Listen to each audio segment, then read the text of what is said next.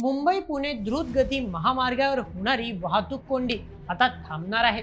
राज्य सरकारने या प्रकरणावर आता एक महत्त्वाकांक्षी प्रस्ताव मांडला आहे. यामुळे या महामार्गावरून सतत प्रवास करणाऱ्यांना एक मोठा दिलासा मिळणार आहे. मित्रांनो, या प्रकरणावर सरकारने खूप आधी ठराव प्रस्तुत केला होता, पण कारवाई मात्र सुरू झाली नव्हती. राज्याच्या अर्थसंकल्पनीय अधिवेशनात या एक्सप्रेस वेवर होणाऱ्या वाहतूक कोंडीवर प्रश्न उपस्थित केले गेले आणि त्यानंतर आता प्रशासनाला जाग आली आहे. अनेक महिने कागदावर रखडलेली ही योजना आता प्रत्यक्षात उतरताना दिसत आहे.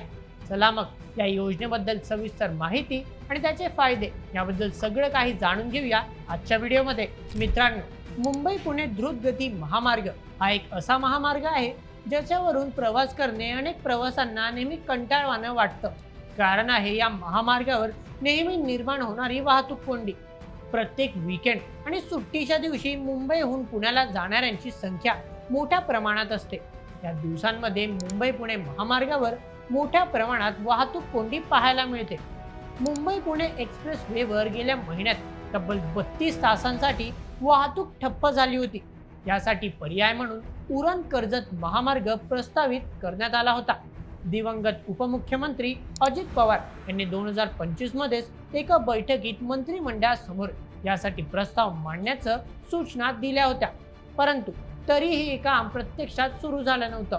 दरम्यान एक्सप्रेस वेवर अपघात, वाहन बिघाड आणि दुरुस्तीच्या कामामुळे सलग 2 दिवस प्रचंड वाहतूक कोंडी झाली होती. तेव्हा हजारो प्रवासी, नौकरदार, माल वाहतूक चालक तासनतास अडकून बसले होते. अशा परिस्थितीत एकाच महामार्गावर अवलंबून असलेली मुंबई पुणे वाहतूक किती असुरक्षित आहे हे पुन्हा स्पष्ट झाले.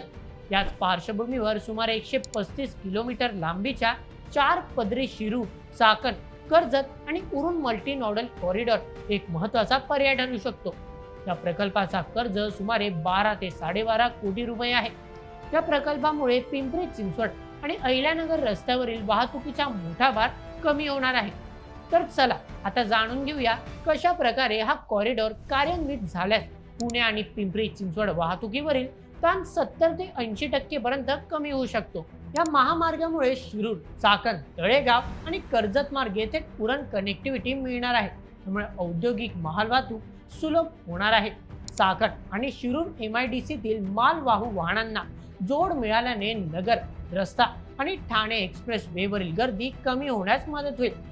पण प्रत्यक्षात हा प्रकल्प अजूनही निर्णय मंजुरी आणि अंमलबजावणीच्या प्रारंभिक टप्प्यात अडकलेला आहे. वारंवार वाहतूक कोंडीचा फटका बसत असताना आणि पर्यायी मार्गाची गरज तीव्रपणे असताना आता हा प्रकल्प कधी प्रत्यक्षात उतरतो याची वाट सध्या नागरिक पाहताना दिसत आहे. तर मित्रांनो, ही होती बातमी मुंबई पुणे द्रुतगती मार्गाच्या संदर्भातली. या संपूर्ण विषयावर तुम्हाला काय वाटतं? तुमचे मत आम्हाला कमेंटमध्ये नक्की सांगा आणि अशाच व्हिडिओसाठी सबस्क्राईब करा बोल MH आपल्या YouTube चॅनलला. धन्यवाद.